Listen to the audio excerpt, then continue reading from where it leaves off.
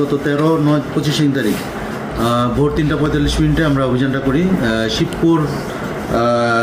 ইউনিয়নের বাগাওড়া গ্রামে। সেখানে হচ্ছে ফখরুদ্দিন নামক ব্যক্তির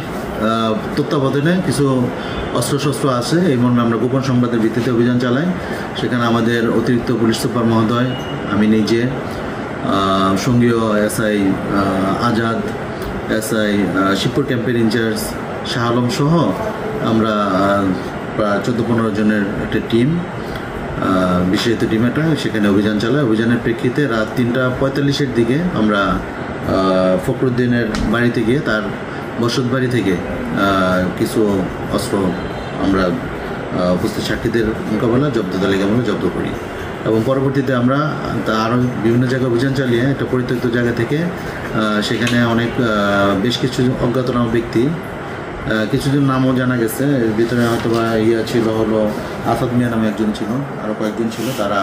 সেখানে আরও কিছু অস্ত্রশস্ত্র সহ সেখানে উপস্থিত ছিল। আমাদের উপস্থিতিতে তারা পালিয়ে যায়, তাদেরকে ধরতে না পারলেও সেই লাঠি, সোঁটা, বল্লম, এই ধরনের অস্ত্রশস্ত্র, দেশীয় অস্ত্র আমরা